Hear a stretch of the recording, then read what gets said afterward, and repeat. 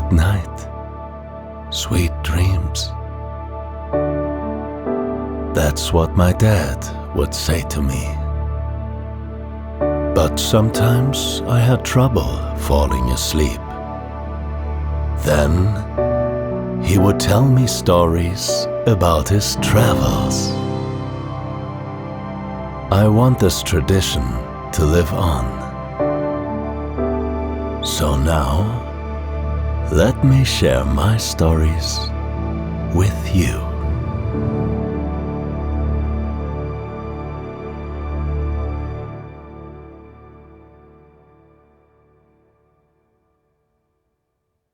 Snuggled up in a big, warm comforter, I lie in bed and admire the hand-knit Aran sweater hanging on the wall across from me. A gorgeous item, put up for display in a modest wooden frame, the way other accommodations might hang oil paintings or pictures of landscapes. This garment is an important part of the culture of the Aran Islands. Or so the owner of the Inishmore bed and breakfast explained to me yesterday when I arrived. A single sweater consists of over 100,000 individual stitches, so tightly woven together that the finished piece not only protects against harsh wind, but even repels water, which is, of course, by necessity, because this small island off the west coast of Ireland is frequently at the mercy of the Atlantic Ocean's whims. Holding out a hand, I squint and try to follow one of the thick wool cords through the intricate labyrinth down the front of the sweater, tracing the tricky crisscross patterns, the elegant ups and downs. The fabric tells a story, is what the owner said to me. A story of proud traditions, hard living conditions, and craftsmanship that's passed down from generation to generation. Each sweater is made up of individual motifs extending down the length of the garment in vertical columns. Each motif has a significant meaning, rooted deep in the history of the old Irish clans. Honeycomb patterns, for example, to symbolize hard work, or cable knit patterns to wish for safety and luck while fishing. In this way, a single garment can say a lot, both about its crafter and its wearer. I pull the comforter under my chin and stretch out my toes with great relish. I would have gotten up long ago if this bed wasn't so ridiculously comfortable. But now I'm beginning to feel a soft tingling in my body, the restlessness of anticipation at the thought of exploring the island today. I close my eyes, think of the bike I plan to take around the island, and prepare to leave the bed with a big sigh. The tantalizing aroma of roasted coffee beans fills my nose. I must admit that the prospect of a fresh cup of coffee makes getting up much easier. As I get dressed, my eyes keep drifting back to the sweater on the wall. The curves of the pattern create shadows that make the shades of blue appear different from every angle. It reminds me of ocean waves frozen in time. There's something deep and peaceful about the way it hangs framed on the wall, a centuries-old legacy, a tangible piece of history. I wonder, am I allowed to touch it? There isn't any glass in the frame to say I shouldn't. But it feels almost forbidden, like it's a precious artifact in a museum. I turn away and prepare my backpack instead. The sun shines through the window at me, convincing me to grab sunscreen and my hat. I consider for a moment, looking out at the blue sky, whether I need more than a t-shirt. In the end, I decide to take along my windbreaker, just in case. As I'm leaving the room, my hand already on the door handle, I find I can't resist the temptation after all. Very quickly, as if someone might burst through the door and scold me, I turn back and run my hand down the front of the sweater. This is even better than I expected. The sheep's wool is obviously high quality, so soft, so delicate, so yielding, that I'm surprised my hand doesn't sink straight through it. Like a warm cloud of fluffy threads, springy and light as a feather. If this is what touching it feels like, how comforting must it be to wear a garment like this? It's difficult to turn away again, but I have a full day ahead of me. And who knows, maybe the owner will tell me her knitting secrets when I come back tonight. She mentioned yesterday that she spent almost 3 months on this piece. As I come down the old wooden stairs into the kitchen, I find the owner sitting at the table with knitting needles and yarn. She's working on a moss-green sweater that looks, to my untrained eye, as if it's almost finished. In response to my friendly greeting, she raises her index finger at me threateningly and warns me in her thick Irish accent that I had better not be thinking of leaving without having a proper breakfast first. I laugh and take a seat, assuring her that I certainly wouldn't dare. In no time at all, a pan on the stove is sending delicious scents my way, and coffee is steaming in a mug in front of me. It turns out that a classic Irish breakfast consists of baked beans on toast, crispy bacon and a sizzling egg, fried mushrooms and tomatoes, and a small bowl of black pudding. I admire the feast in front of me and debate where to start. The owner stands next to me with a stern look, as if to stop me if I don't eat it all. As it turns out, she's not only a genius with knitting needles, but also with spices.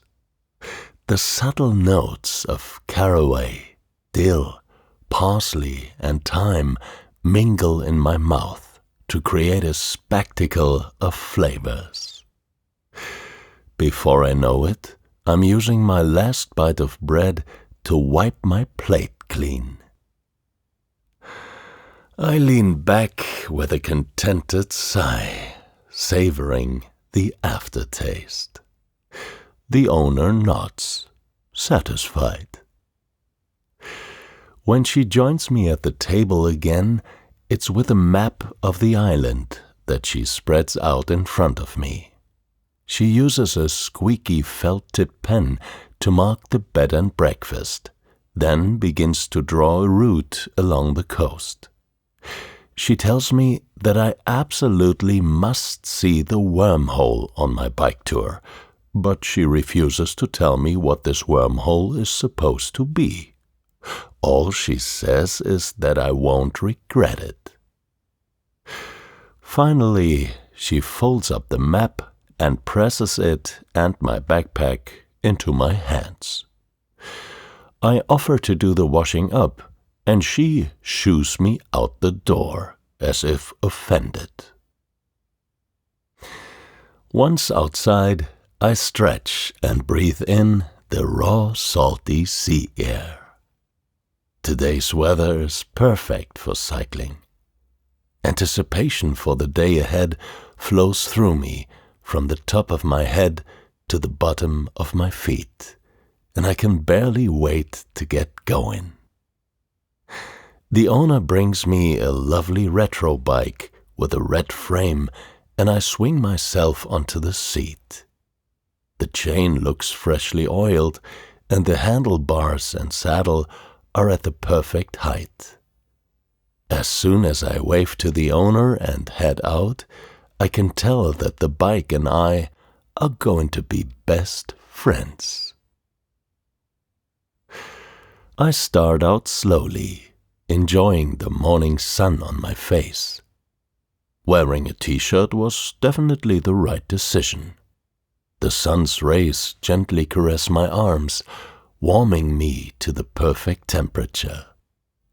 The wind's direction is also just right, and I glide effortlessly through the quiet streets of this island town. To my right, the Atlantic Ocean presents itself in all its glory. The waves rise up rhythmically to throw themselves against the high cliffs of the island. A loud roar sounds with every crash, and foamy spray splashes up the stone walls, as if the waves are competing to see who can reach highest. The sun glistens on the water's surface in 1,000 tiny speckles, and in the distance I can see the coastline of Ireland. Leaving the town, a peaceful landscape of hills and fields unfolds before me. Wide expanses of pasture with wiry grass, stubborn enough to grow in the stony ground. A herd of sheep watches me indifferently as I roll past. Their bells ring melodically in the breeze. Low stone walls rise up next to me on both sides of the road and continue to spread across the view, dividing the meadows into rectangular sections. These must be property boundaries, I realize. They look positively ancient. I stop and get off my bike to take a closer look. The walls are waist-high and slightly wider than my arm is long. They look like they stretch for miles, probably across the entire island. The stones within the walls don't come in uniform shapes or sizes, but rather seem to have been simply piled together in whichever way they were found. It gives it all a wonderfully organic charm. The centuries have clearly left their mark on the stones, giving them a rough, untamed look. What surprises me is that I can't find any evidence of mortar or similar binding agent in the gaps between the stones. Instead, there are simply more stones, and the closer I look, the more I notice that they are all arranged to fit together perfectly, like a giant game of Tetris. Each stone is held in place by the size and weight of its neighbors, as if the correct stone was somehow found for each gap. And yet the walls look as solid as any other, as they must be to have lasted for countless generations. They stand here as if saying they have no intention of changing anytime soon. I nod, impressed. A glance at my newly acquired map tells me that I'm getting close to the mysterious wormhole. I return to my cycling and indeed reach a sign a few minutes later that announces my destination. It's a small bronze plaque cryptically explaining that from this point on I will find nothing man-made. The legendary wormhole is a completely natural phenomenon. How mysterious. The sign points to a small path that heads to the cliffs. A rusty bicycle stand nearby suggests that the best way forward is on foot. I follow the path up a hill, and am taken aback when the scenery suddenly changes. I seem to cross an invisible border, and the soft green pastures that have accompanied me so far open up to a much wilder view of raw, bare stone.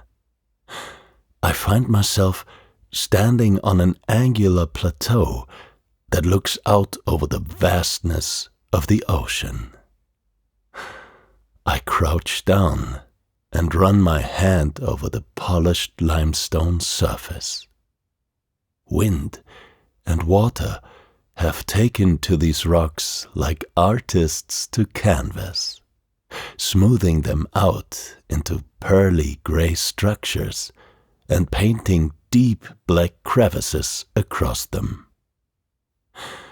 The muted grayscale palette only adds to the overwhelming beauty of nature. Glancing over the edge, I see the cliffs rising gracefully out of the water. A light breeze wafts a fresh aroma of minerals up to me. And then I see what can only be the wormhole. Down there, on a wide horizontal platform of stone below me, only a few meters above the sea's surface itself, is the surreal sight of an almost perfectly rectangular hole, gaping from the middle of the flat rock floor. I blink, not quite believing my eyes, but the hole is still there. The walls of the rectangle lead down into the rock surface at an exact 90-degree angle. A few meters down, bright, almost turquoise water sparkles, looking strangely Caribbean compared to the deep blue of the ocean right next to it. Words can hardly describe how strange and out of place this hole feels, as if someone cut a piece out of the center of a cake, or as if a rectangle of heated metal melted through a gigantic slab of butter, like a dangerously deep swimming pool, like a portal to another realm. I set down my backpack, lean against a nearby rock, and take in the wondrous scenery. The wind blows ocean spray up to me, and I can taste the damp salt in the air. The water's surface shimmers invitingly as the ocean's waves weave their gentle patterns. A fishing boat drifts peacefully along the horizon. The sounds of the sea echo softly up to me. I take a deep breath and feel the tension of cycling fall away from me. Only when the sun touches the water do I realize how long I've been sitting next to this rock. Crimson clouds dot the sky, and I have to laugh to myself. First, I hadn't wanted to leave my bed. Now I don't want to leave here. I allow myself one last look at the strange rectangular wormhole, taking in the deep calm of this place once more. Then I get up and make my way back home. The weather holds right up until I reach the bed and breakfast. In the last of the remaining daylight, I can see dark rain clouds rapidly approaching. Tired, but satisfied with my day, I lock up the bike just as the first drops land on my arms. I duck my head and hurry into the house. And not a moment too soon. The second I close the front door behind me, the downpour begins. The rain drums insistently against the kitchen window while I pull my shoes off my heavy feet. A fire is crackling in the fireplace when I turn to look, and a kettle is quietly steaming on the stove. The owner comes down the stairs, asking if I got caught in the rain. Before I can even answer, she's already gone to fetch a towel for me. I assure her that the rain barely touched me, but she doesn't seem to hear it. Instead, she hands me the towel, tells me to help myself to anything in the kitchen, and heads back up the stairs. With a grateful smile, I go and drop into a chair at the table. It's been a great day of adventure, and now I can feel a comforting heaviness settling into my limbs. A huge yawn sneaks up on me, telling me to get on with dinner already. I have a few slices of warm buttered toast, then head upstairs for a nice hot shower. With slow, circular movements, I scrub the sea air from my skin. The water relaxes my muscles. My arms and legs becoming heavier and heavier. Eventually, I notice my eyes drifting shut. So I step out of the shower and dry off with the softest towel I've ever felt. As I leave the bathroom, I wonder idly whether it's made of the same wool as the sweater on my wall. I turn on the bedroom light and, what a surprise! Laid out on my bed is the moss green Aran sweater the owner had been knitting this morning. Despite my tiredness, I can't help but grin. I sit down next to the sweater and pick it up. It feels like I'm holding a sun-bathed cloud. I slip it over my head and sigh, my eyes closing unintentionally. The fabric smells sweetly of lavender and feels like the world's most comforting hug. I carefully take the sweater off again, folding it neatly and setting it aside. I turn off the light and crawl under my comforter. The rain patters softly against the window. My breathing becomes deeper and deeper. And finally, happily and contentedly, I sink into a well-deserved sleep.